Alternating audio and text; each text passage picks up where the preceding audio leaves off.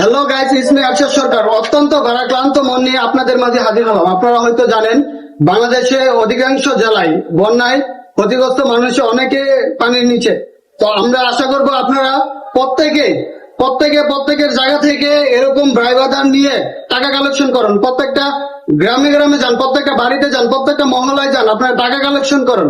কারণ হয়তো আপনার 20 টাকা, 40 টাকা, 50 টাকা দিবেন, কিন্তু আপনারা এই টাকাগুলো দিলে কিন্তু একটা বন্যায় ক্ষতিগ্রস্ত এলাকায় ত্রাণ এবং কি কিছু সামগ্রী কিনে দেওয়ার মতন একটা উপযোগী হবে। তো আশা করব আপনারা প্রত্যেকের জায়গা থেকে এরকম সহযোগিতার জন্য এরকম টুল নেন, এরকম বক্স নেন, এরকম বক্স নিয়ে আপনারা চলেন, টাকা কালেকশন করুন। হয়তো বাংলাদেশে প্রায় 45 লক্ষ মানুষ বন্যায় পানিগ্রস্ত মানুষ, পানিবন্দী হয়ে গেছে।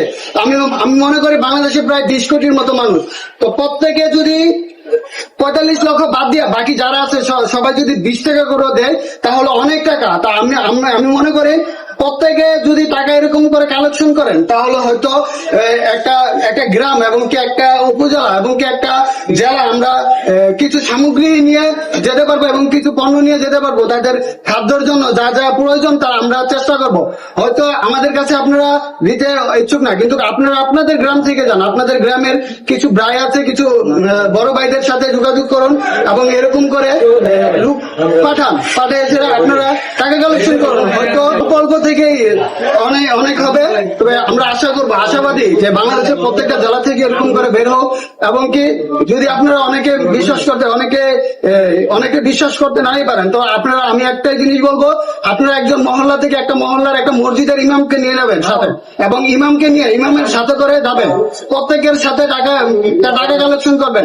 টাকা কালেকশন করে সবাই তো ইমাম সাহেবকে অবশ্যই বিশ্বাস করে, এবং ইমাম সাহেবের হাত দিয়ে আস্তে আস্তে পুরা থানা পর্যায়ে যারা যারা যাবে তাদের সাথে এই টাকা কালেকশন করা টাকাগুলো ওনাদের হাতে দিয়ে দিবেন। তাহলে হয়তো অবশ্যই এই টাকাগুলা বন্যা ক্ষতিগ্রস্ত মানুষের কাছে যাবে এবং অনেকের প্রাণ বাঁচবে।